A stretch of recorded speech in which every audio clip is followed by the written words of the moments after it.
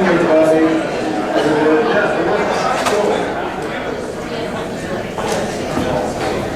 Looks like our ranks have thinned just a little bit. I'll bet I can get them really thin by the last day. I'm pretty sure I could have only 3 or 4 of you show up on that last day. If I just keep working at it. It's really good to see. Yeah. You know, people are look at that cost of doing it. It's like, is the pain to stay in your work for $20? Yeah. You got any cheap, did he? I bet he borrowed. He's a haggler from way back. How many haggled for the price? Well, I'm really glad to see y'all again, and I will do my best to try to make this exciting and interesting and dramatic. I think now we get into some pretty tough stuff. So let's hang together. And as I told you last week, this is incredibly difficult stuff. I think that is what Socrates is up to is very confusing to follow. And we can talk a little bit about that. I mean, we will talk a little bit about that, about why, in fact, it is so confusing. That section from page 10 to page 12, where he's talking about things being carried and being led and whatnot, that could have much more easily been phrased in a different way.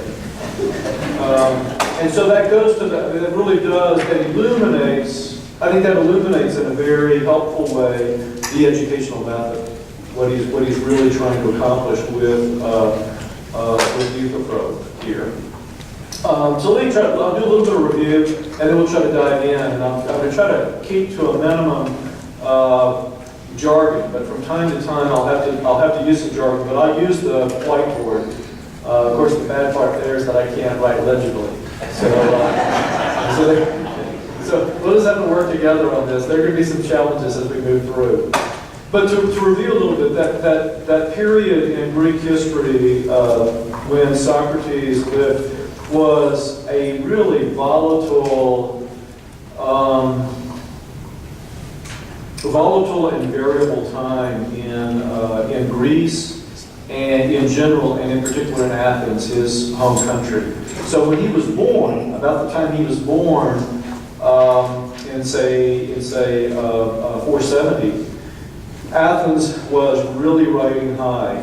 Its victory, its leadership in the victory over the second Persian invasion had allowed it, had enabled it, I guess I should say, had enabled it to amass this empire of countries it dominated and to develop a steady stream of income to which it probably wasn't entitled, but that it was able to secure by virtue of its sheer strength, its military strength, and primarily its naval strength.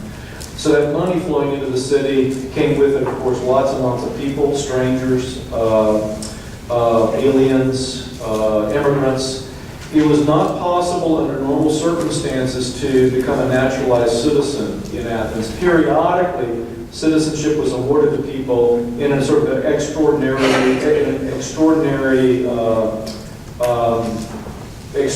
fashion as a reward for having done something especially patriotic. There were people who lived their whole lives in Athens, who fought in their wars, not unlike our own circumstance. There were people who lived their whole lives in Athens, fought in the military, in war, defending Athens, considered Athens their home, but were not citizens because neither of their parents were born into citizenship in Athens. And the law changed, as I told you last time, back and forth. Sometimes the law was that both of your parents had to be natural-born citizens.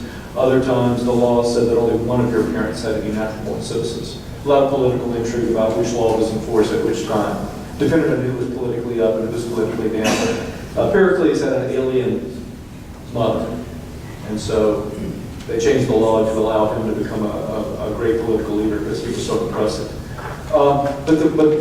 Within Athens, there were lots and lots of people who made their fortunes in Athens, although they were not citizens. Okay, somebody asked me last time a question about population. What was the population at the time? It's been hard to track these numbers down, and my suspicion is that they're not very helpful. They're not very accurate. In the Greco-Roman world, quote unquote, that is the world around the Mediterranean Sea from, say, I don't know, let's say 800 BC to about 800 AD, okay, somewhere around that. There were probably 50 to 60 million people. The Roman Empire probably encompassed 50 million people.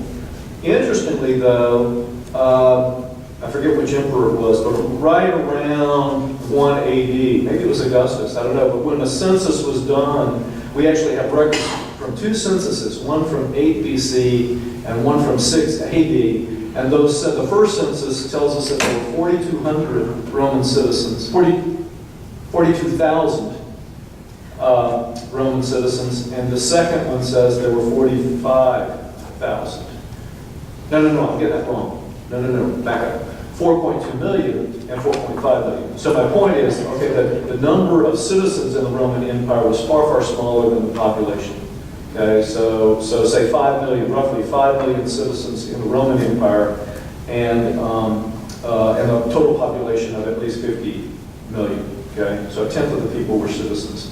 And as you recall, Rome had a different system from the Greeks. Rome was inclusive. Rome, it was much more possible to become a Roman citizen. There were many more avenues to Roman citizenship than there were to citizenship in Greek city-states. I merely tell you this, I'm going to get, I mean, that's a little bit of a digression, but I want to get back to Athens. The point is that there are lots of people in Athens who don't necessarily share the same background. They don't share the same heritage. They have come to make their fortunes. They've come to because that's where the money is. That's where development, economic development is going on. That's where building is going on. That's where ships are being built. That's where art is flourishing. That's where dramatic productions are flourishing. So you have not only lots and lots of people who come to Athens to make their fortunes, but people of all sorts. Actors, producers, directors, shipbuilders, carpenters, sculptors, painters, architects. It was very diverse society into which Socrates was born. So it was undergoing really rapid shifts in its customs and conventions by virtue of this influx. Seen a couple of estimates. One estimate is that there were sometimes 2.5 aliens to every citizen in Athens, at other times 6 aliens to every citizen in Athens. Athens probably at its height had a population, that is all of Attica, probably had a population of around 300,000, and of those 300,000, probably 30 to 40,000 were citizens. By citizens, that means males, at least 17-year-olds, free males, at least 17-year-olds who were born to parents from Athens. Okay, so just to get a sense of the numbers there.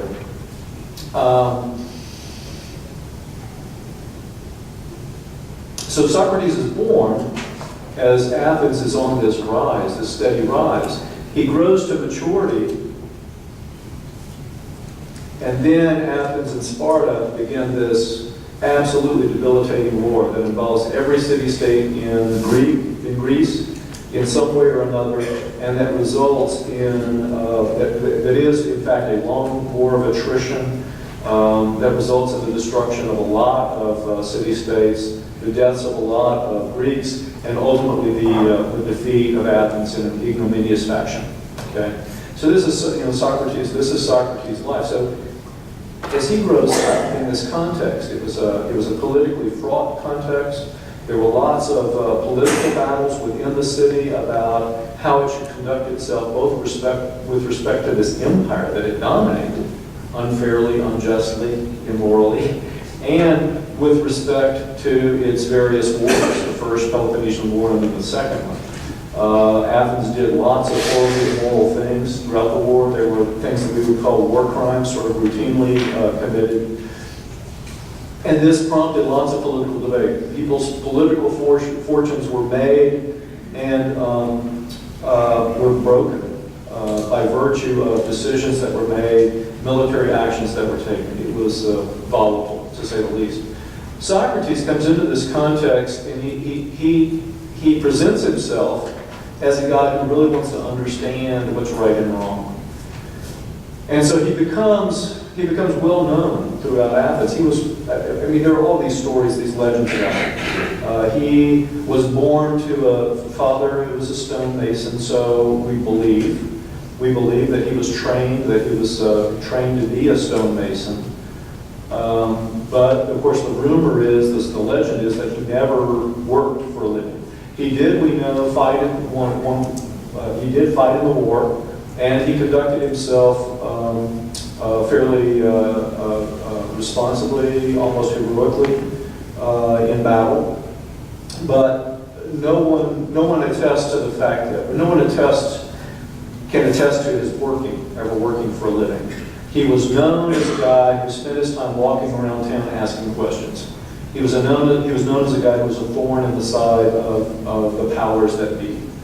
And so it was standard for him to accost people in exactly the way we see him doing in this dialogue. I mean, this is a simple kind of a humorous dialogue, but he had a reputation in town of accosting people and asking them questions, very difficult questions. So if in fact, I mean, we'll see a little bit more of this as we move through these dialogues, but if there was a guy in town who had a reputation for being, for knowing a lot about anything, any topic whatsoever, Socrates would seek that guy out and ask him questions about that topic for which the person was renowned.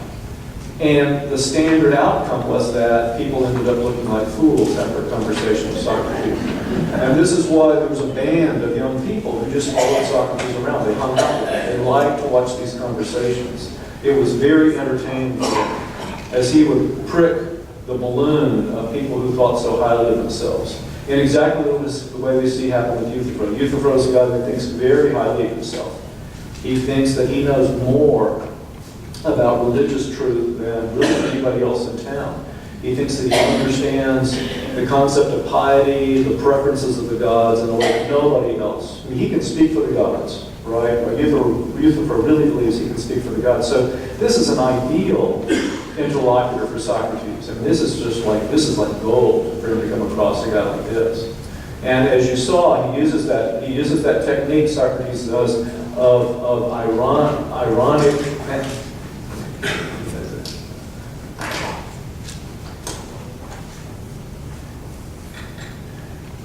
He uses that ironic approach for which he was very famous, pretending not to know as much as he knows, pretending to value the opinions of people whose opinions clearly aren't worth value, right? And so, but the purpose of that clearly is to get to reduce the defenses of a person, to reduce the inhibitions, and get a person to talk honestly. And I think that's the key. He really wants to know, or at least, I don't know if he wants to know, he really does want Euthyphro to go on the record of what Euthyphro believes. He really does want Euthyphro to get out there on the table. What exactly do you believe about this important matter that you're involved in?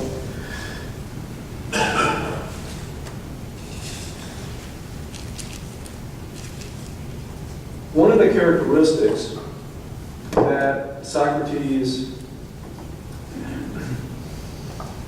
well, there are several characteristics that Socrates exhibits, and I guess I'm going to list them, but then we'll come back to them from time to time. There's a difference, as I mentioned to you the last time. Those of us who study this stuff draw a distinction between the Socrates that's depicted in the early dialogues and the Socrates that's depicted in the middle and late dialogues. Don't have to worry about that so much. But there is a Socrates that many people study in school, and that's the Socrates who has a high-blown metaphysical theory that has to do with the immortality of the soul, and it has to do with these immaterial forms that can be embodied in physical objects. That's not this guy. Okay, there's a difference. This guy Socrates in the Euthyphro is exclusively a moral philosopher. He doesn't care at all about metaphysics or epistemology or philosophy of religion or philosophy of education or philosophy of art. But the other Socrates, the one that we see in the Republic, okay, for example, or that we see in the Symposium, or that we see in the Phaedo, that guy cares a lot about building systems, complicated metaphysical systems in which you could find a place for art and education and theology and so on. This guy, the one we see in these early dialogues, he's interested in moral matters, period. He has no philosophical system. He avows that he knows nothing as he seeks knowledge. Over and over again, he'll say, I don't know stuff, but I am curious. I'd like to know what you know, but I don't know anything. The other guy, the other Socrates in the middle dialogues, knows a lot of stuff, and he's plenty happy to share it. This guy has no, the guy we're studying has no theory of the human soul at all. Now, the other guy has a very complex theory of the human soul, a soul that's divided up into three parts and that has competing components, who inspired, in fact, Sigmund Freud. This guy is not interested in science. You'll see him periodically say, I don't know anything about science, and I'm really not that interested. The other guy, the other Socrates in the middle dialogues, knows all of the best mathematics of the day. He's a fairly sophisticated mathematical thinker. Knows quite a bit about the natural science of the day. This Socrates has no political theory, so far as we can tell. He criticizes Athens, but he loves Athens. And he'll say so as we go through. He loves being there. He loves living there. He thinks some of the decisions people make are poor. He thinks some of the leaders are poor. But he has no real theory.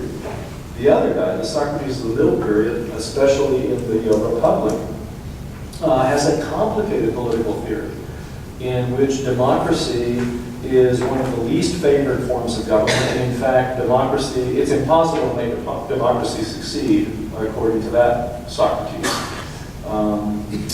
Other more authoritarian forms of government are going to be much more successful than democracy would be. This Socrates is pious in a practical, active way. The middle period Socrates has this sort of odd religious theory that involves meditation and contemplation of permanent truths. This guy, the guy we're looking at, philosophizes with other people by this kind of adversarial argument, asking people questions and exploring their answers and then ultimately demonstrating that their answers don't hold water. The other guy, the Socrates we see in the middle dialogues and the late dialogues, is a didactic guy. I mean, he has interlocutors, but they're really just stage characters. I mean, they're just there to say yes, yes, yes. Because he's got stuff he wants to spill. He wants to get some stuff out. He wants to teach us. This guy doesn't have stuff he wants to teach us. This Socrates that we're looking at. Plato, we believe, left town after Socrates died,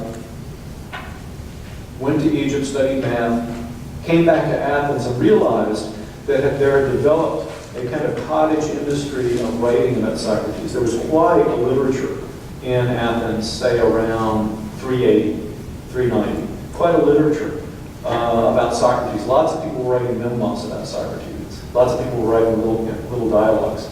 Plato began to write dialogues at that time because he thought he actually understood Socrates.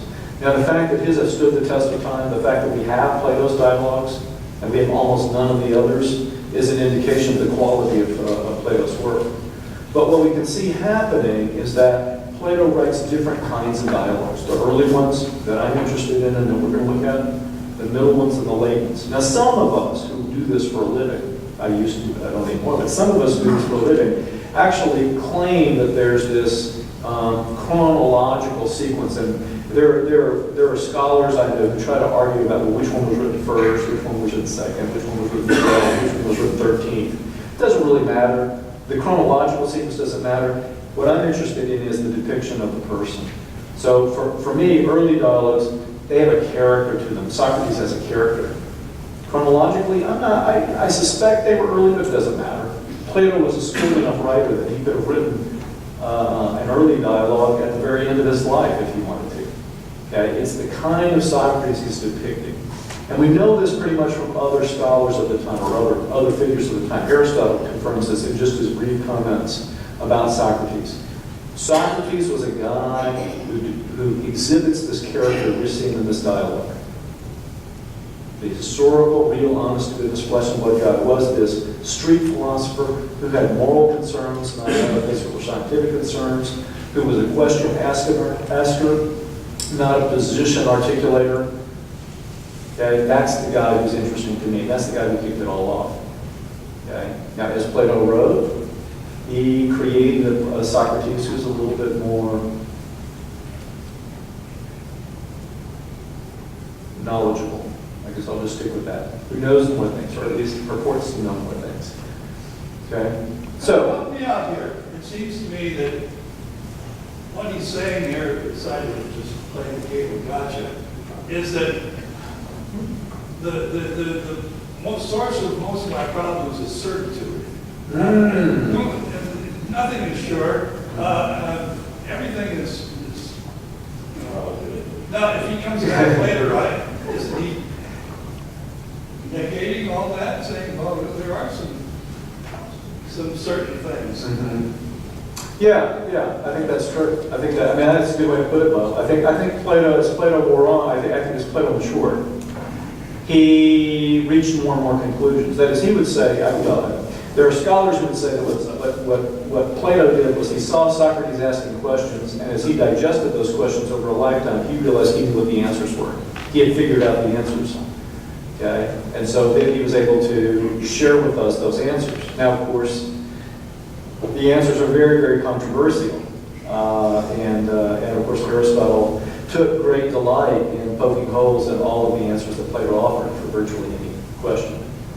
And Aristotle really was a student of Plato. I mean, whereas Socrates says, I've got no students, Plato had students, and he was hoping that they'd be more pliable than Aristotle turned out to be. Aristotle turned out to be the brightest guy on earth, and quite different from Plato. But that's a very, I mean, it's a good question. Yes. So let's talk about what's going on with Euthyphro. Euthyphro is cocksure. He's certain. He knows what is the right thing to do in this circumstance. His father tied up this servant, put him in a ditch, sought religious advice about what to do with him because he had killed another servant. In the meantime, the servant dies of exposure. Euthyphro knows that that's a murder, and so he's going to go to court. As I told you last time, the way court worked at the time, oh, by the way, somebody asked me the question about jurors. At the beginning of each year, 6,000 jurors were sworn in.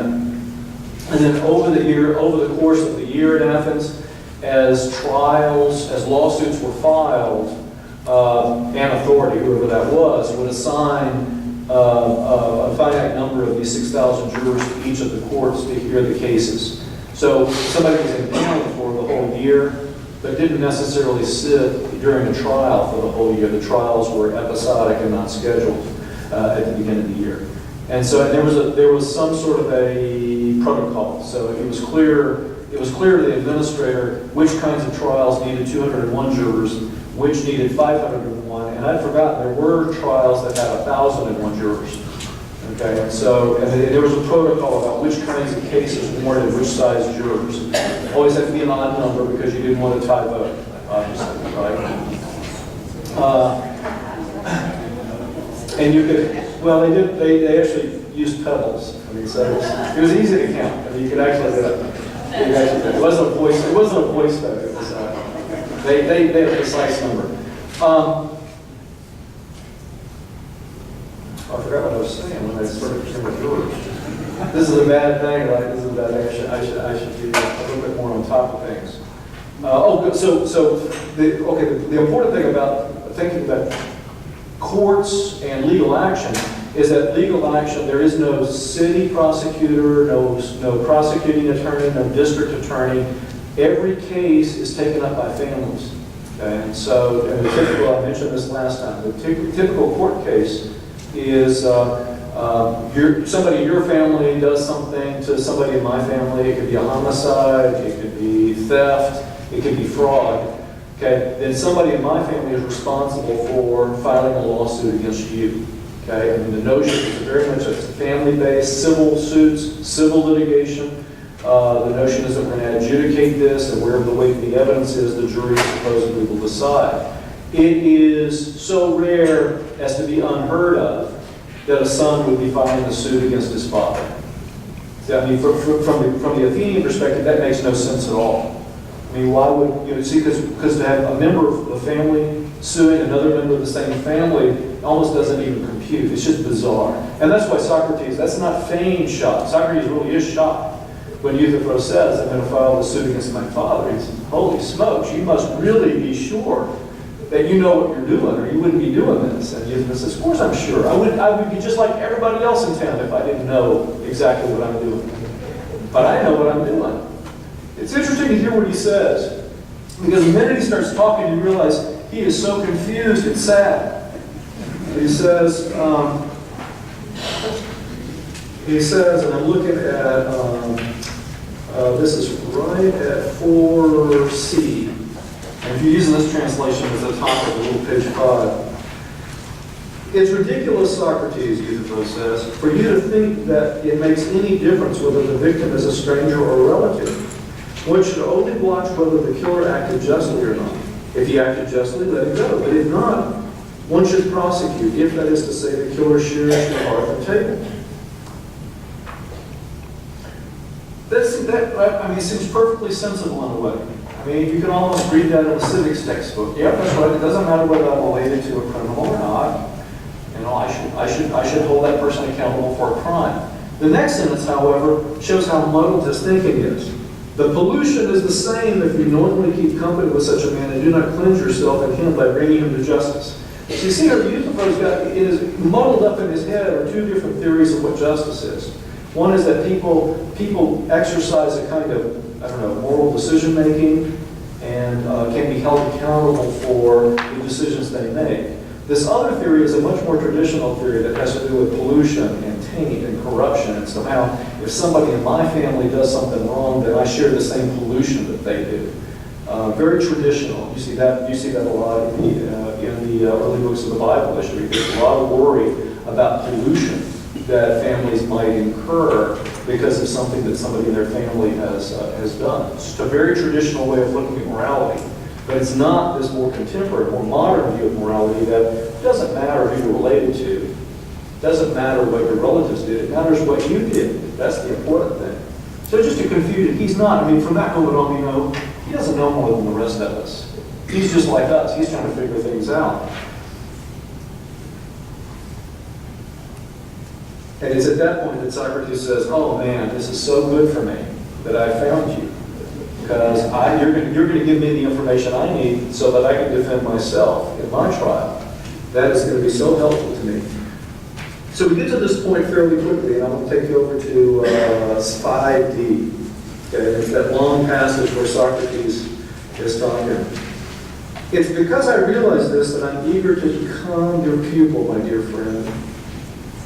I know that other people, as well as this Meletus, do not even seem to notice you. I love that comment. Whereas he sees me so sharply and clearly that he invites me for ungodliness. I love that sort of that little subtle, you're an insignificant little termite, Euthyphro. So tell me now, by Zeus, what you just now maintained you clearly knew. What kind of thing do you say that godliness and ungodliness are, both as regards murder and other things? Or is the pious not the same and alike in every action, and the impious the opposite of all that is pious and like itself, and everything that is to be impious presents us with one form or appearance insofar as it is impious? Okay, this is a really pivotal, there's so much assumption packed into this question. And of course, the important thing is that Euthyphro takes the bait and bites the hook. Most certainly Socrates, he says. He doesn't know what's going on yet. Tell me then, what is the pious and what the impious do you say? Notice what Socrates is assuming, and he's getting Euthyphro to buy into. He's assuming, there's a fancy term for this, univocity. I wonder if I can write that. Okay. The notion here is that whenever you use a moral term, whenever anybody uses a moral term like pious, it means exactly one thing. Okay, and with everything that's pious shares this meaning in common. Whatever that meaning is, it's shared in common. So the moral term refers to the very same definition. Very same meaning. And so our quest is to figure out what that meaning is. And that's kind of an interesting assumption, that there is this constancy, this essentiality. That might be a way, in an Aristotelian way, we'd say that there's this essential character to pious things. And so we want to know what that essence is, because that can become a powerful tool.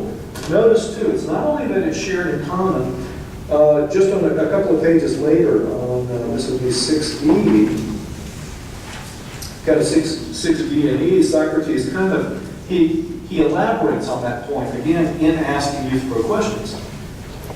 Bear in mind, then, that I did not bid you tell me one or two of the many pious actions, but that form itself that makes all pious actions pious. Okay, so there are two characteristics that we're looking for here. Okay? On the one hand, the definition of piety will be common to all instances of piety, and the other thing is that it is what makes pious things pious. Okay? Okay, so it's not just an accidental characteristic that they all share. It is the activating agent. Whatever it is that makes them pious, whatever it is they share in common by virtue of being pious, also is what makes them pious. Okay, so that's the framing of the discussion is what Socrates is trying to do. He's trying to frame the discussion and frame the questions in such a way that only one kind of answer will satisfy the question. Only one kind of answer will work. See, that's what he's trying to get at. So so as he does this, he's given us a very clear picture of how he looks at the world. And of course, the conversation would stop if Euthyphro didn't participate. But Euthyphro, at every step of the way, says, yep, I agree with you. I'm right there with you. Now, what's wonderful is to watch. We learn so much about how Socrates is framing this method of education by both the questions that he asks Euthyphro and by the failure of the answers that Euthyphro gives. So you remember the first answer that Euthyphro gives when Socrates says, tell me, what is it? What is it that is common to everything that's pious? What is pious? Tell me what pious is. And Euthyphro says, well, it's doing what I'm doing. It's prosecuting the wrongdoer, whether he shares your hearth or not. It doesn't matter whether he shares your hearth. It's prosecuting the wrongdoer, be it about murder or temple robbery or anything else. And then he goes on, and I love this. He keeps talking. Because he clearly feels a little bit guilty about the fact that he's stealing his father, but he keeps going and he says, I'm really doing nothing different than what the gods do. And he begins to talk a little bit about Greek mythology, and he begins to remind us that, in fact, Greek gods are constantly assaulting one another, and that in particular, the sons of Greek gods are constantly assaulting their fathers in order to mount revolutions and take over the domination of the universe. Okay, and he says something like, I'm just doing what the gods do, and I don't know why people criticize me. They don't criticize the gods, and that's a great thing, right? It's just a wonderful thing. It's like, you can imagine, I don't know, you go downtown and burn down City Hall and say, there were sinners inside, and God destroyed Sodom with fire, so I'm destroying City Hall with fire. And I don't know why people would hold me to any different standard than they do God. It's just kind of an interesting notion that Euthyphro has about himself. Just such an inflated ego. But that's marvelous, because Socrates at that point, remember, he says, are you kidding me? You really believe that stuff? You really believe that Zeus did these dastardly deeds to his father? Yeah, you really buy into that stuff? He says, yes, and I believe even more surprising things than that too, if you've got time. I can tell you more stuff too, because I know more things that the majority of people don't even know about how the gods fight amongst themselves. And Socrates really wants to nail down this point. Do you mean, Euthyphro, that you believe there's war among the gods? Oh yeah, absolutely there's war among the gods. You can read about it in Hesiod, and you can read about it in Homer. Yeah, it's right there. You're like, yeah, it's there. And I know more than most people do. I mean, you see, and that's a good point, because you see what's going to happen. You guys, you read it, and you know exactly what's going to happen, because there's the step of the argument, the step of the discussion, the step of the inquiry. Always, it's very predictable. Somebody, I don't know what I should say. Somebody gives him an audacious opinion. Okay, opines in some audacious way. Socrates ironically gets that person to converse with him. Then Socrates asks the "what is X" question. That's what we call it in the profession, the "what is X" question. What is piety? In another dialogue, it's "what is courage?" He asked that of a famous general. Okay, what is friendship? What is love? Okay, it's always the "what is X" question. He frames the "what is X" question in such a way that only a certain kind of answer will satisfy the question.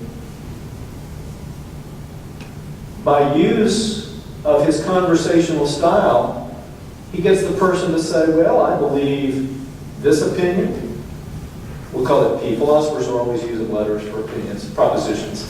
And I believe this opinion. We'll call that proposition Q. I believe proposition P, and I believe proposition Q, and I believe proposition R, and I believe proposition, I don't know, Z.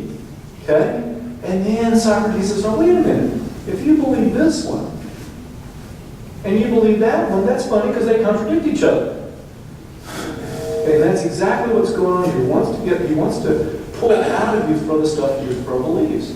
He believes the gods are fighting wars all the time. Well, you know what happens is that, as he keeps trying to frame the definition of piety in terms of divine approval, he's created for himself this insurmountable problem. If the gods are fighting with each other all the time, you can't really appeal to them for a definition of piety because they disagree. I mean, you've got a real problem there, right? I know what pious is because I can refer to the gods. Well, but you just said the gods fight all the time. In fact, they're constantly doing violence to one another all the time. It's not that they're just arguing. I mean, they're really fighting. Oh, yeah. Well, I'm sure I'm right. Right? And he says that at least twice in the dialogue. He says, I'm sure I'm right. I don't quite know what I'm trying to say, but I'm sure I'm correct.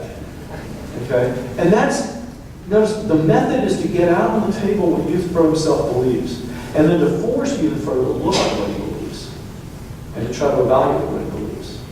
And that is a really scary thing to do. Can you imagine putting all your beliefs out on a table and then having to actually compare them to one another and see if they all line up? Remember, Emerson's solution to this was to say that consistency is a hobgoblin of little minds. That was his solution. It's great, wonderfully practical American solution, right? That's why Emerson's such a great exemplar of American thinking. Doesn't matter, we're not. Don't give us this consistency stuff. We want to build a railroad. That's what we want to do. That's what we Americans want to do. And it's just an interesting insistence. Yeah, one. I'm going to paraphrase the correct scene. So it throws absolute or absolutism is being replaced by relativism. If the gods now they all keep changing, and you have to adjust or everything you ought to. I don't think so. I don't think it's being replaced by relativism. I think he himself. I think what you're saying is that Euthyphro thinks he's an absolutist, but he's actually a relativist. I think that's what. I mean, if you want to use those terms, he thinks that there's this sort of there's this moral framework. He understands what it is because he has special insight into divinity, but his view of divinity is a view of chaos and confusion and variability. And so that's his problem. I mean, that he himself is both an absolutist and a relativist, and that's his problem. That's his. I mean, he may have other problems too, but that's his conceptual problem. I think on the other hand, when we get to that really complicated part of the dialogue, I think things get a little bit dicier there. In fact, we'll take. So he says, I mean, we'll kind of move forward. So he says, okay, piety and history. Does something come with the concept that the God may well be Well, if they're fighting all the time, it's true that some might be good, but then others would be bad. They would follow that others would be bad or wrong. Maybe I'll just stick with right and wrong.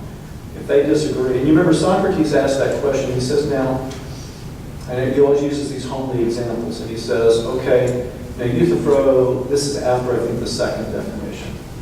He says, now Euthyphro, you're saying that the gods disagree a lot, but let's just be clear about what we mean here. If you and I disagreed about, how long whether a 9 iron is longer than a 7 iron, we just get out a tape measure and measure it, right? And Euthyphro says, yeah. So we wouldn't disagree for very long about that. We could settle that. But if we disagreed about, and I think he gives examples, right? If we disagreed about the just and the unjust, or the beautiful and the ugly, or the good and the bad, we wouldn't really have a measuring tape to go to, would we? And Euthyphro says, well, no, we wouldn't. And so the implication is that's what the gods must disagree about. They don't disagree about the length of the 9 iron and the 7 iron. They don't disagree about the circumference of the world. They disagree about what's good and bad, what's just and unjust. And so if they're disagreeing, then it's possible that some are right, but it would follow that some are wrong. And it may be that all of them are wrong. That's a possibility too. I mean, that's the nature of this sort of theology. But if you have a theology that has more than one divinity who disagree, then you're in kind of conundrum. I think it's not just dumb polytheists that have this problem. We have Euthyphros in our world and biblical literalists. And they say, what I believe is what the Bible says. There are contradictions in the Bible. So then the conversation continues just as it does in the Euthyphros. We read this in the local newspaper here.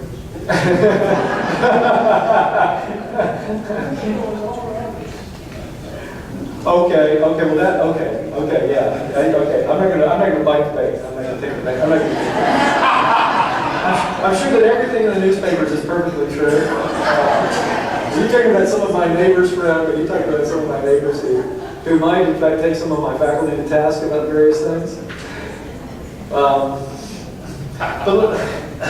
But we need, okay, so let me stretch forward and get to this. This is the interesting point. Euthyphro's first answer is, piety's doing what I'm doing. Socrates says, well, wait a minute. You don't really think that what you're doing right now, filing this lawsuit, is the only thing that's pious, do you? And Euthyphro says, oh, no, there are other things. And Socrates says, see, that's what I asked you. What I asked you was, what is it that's common to everything? I mean, he says, I'll concede for now that what you're doing, I'll concede for now that what you're doing with your dad is pious. But I want to know, what is it that what you're doing shares with other pious things? Because I'm interested in this form or idea that is common to every pious action, and that in fact makes the pious actions pious. That's what I want to know. I want to know that more general thing, that more universal thing. I'm not interested in just one thing, because I want a tool to use when I go to court. Socrates, I'm about to stand trial, and I need this tool. I need to be able to explain things. And that's when Euthyphro says, okay, I get the point. What's pious is what the gods love. That's it. You can always use that. You can take that one to the bank. If anybody asks you what piety is, it's what the gods love. That is common to everything that's pious. They love it. And it makes things pious. And that's when they get into this discussion about, wait a minute, remember Euthyphro just 5 minutes ago you said the gods disagree? Oh yeah, I did, didn't I? Shoot. and there's this great little part where he says, he says, now according to your argument, your definition won't fly. And Socrates says, so you didn't answer my question, you surprising man. And Euthyphro says, oh shoot, I just did this, it's great.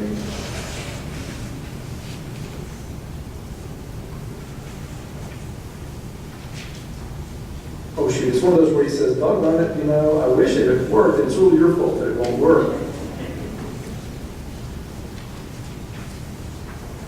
Well, I've lost it. But anyway, but I've lost that, don't I? I've lost that. He said, Euthyphro keeps trying to say it's Socrates' fault that his opinions don't hold water.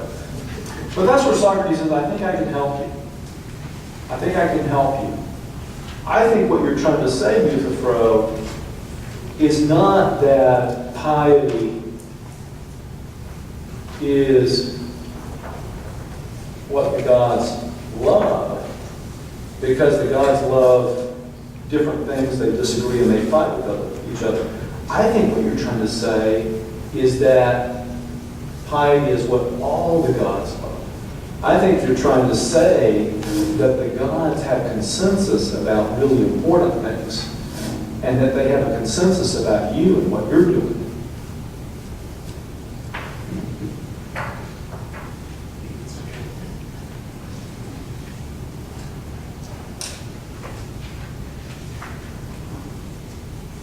So Socrates says, and I'm looking here at 9d, we get a little bit of insight into Euthyphro again here. Let's assume that all the gods consider what you're doing just. Let's make this the correction, that what all the gods hate is impious, and what they all love is pious, and that what some gods love and others hate is neither or both. Is that how you wish us to define piety and impiety? What prevents us from doing that, Socrates? For my part, nothing, Euthyphro. When you look at what you think, I mean, I'm asking you what you think. And he says, I would certainly say that the pious is what all the gods love, and the opposite, what all the gods hate, is impious. So Socrates, in a way, gives Euthyphro an out.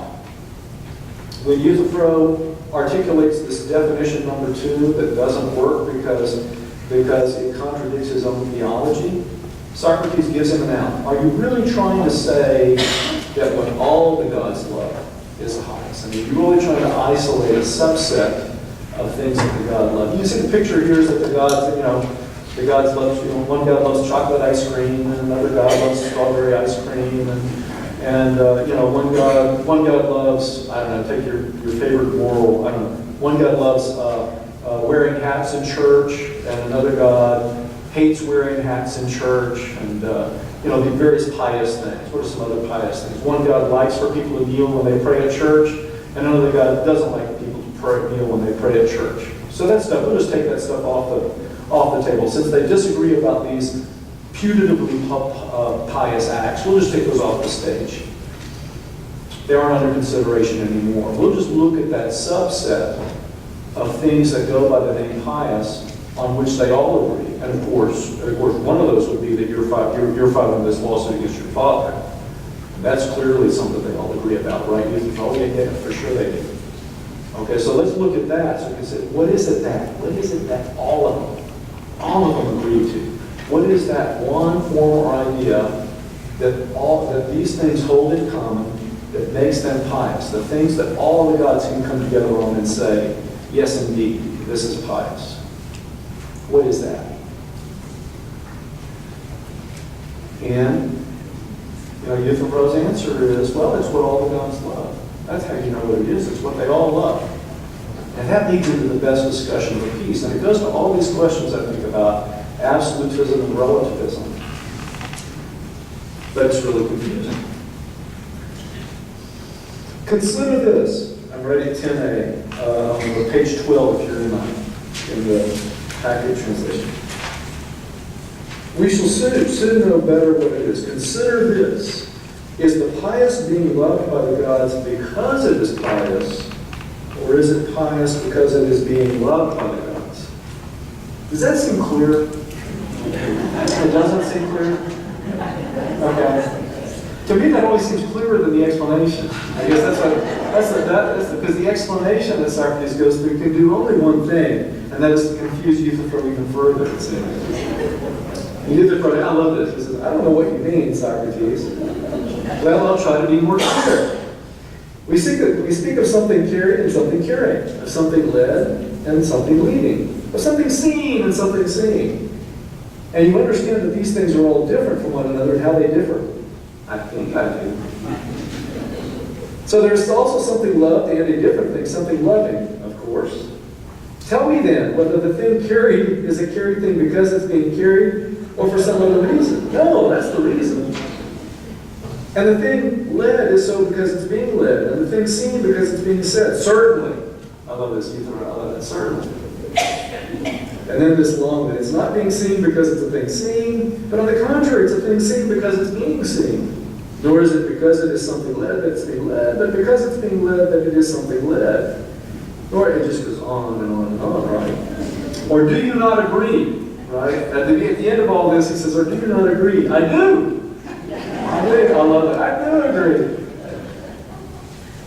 Well, is something loved, either something changed or something affected by something? Certainly. Because clearly, we don't know what's going on, so how in the world does Youth Pro know what's going on? We're getting pretty lost here. But we do get to a point, and it's a crucial point. It's along about, I guess over there it's a 10b, 10e, right on in there. And what Socrates is trying to get at is that there's a difference between agency, activity, and passivity or receptivity. Okay, and that's what he's trying to get at. What he's trying to get at is that if you take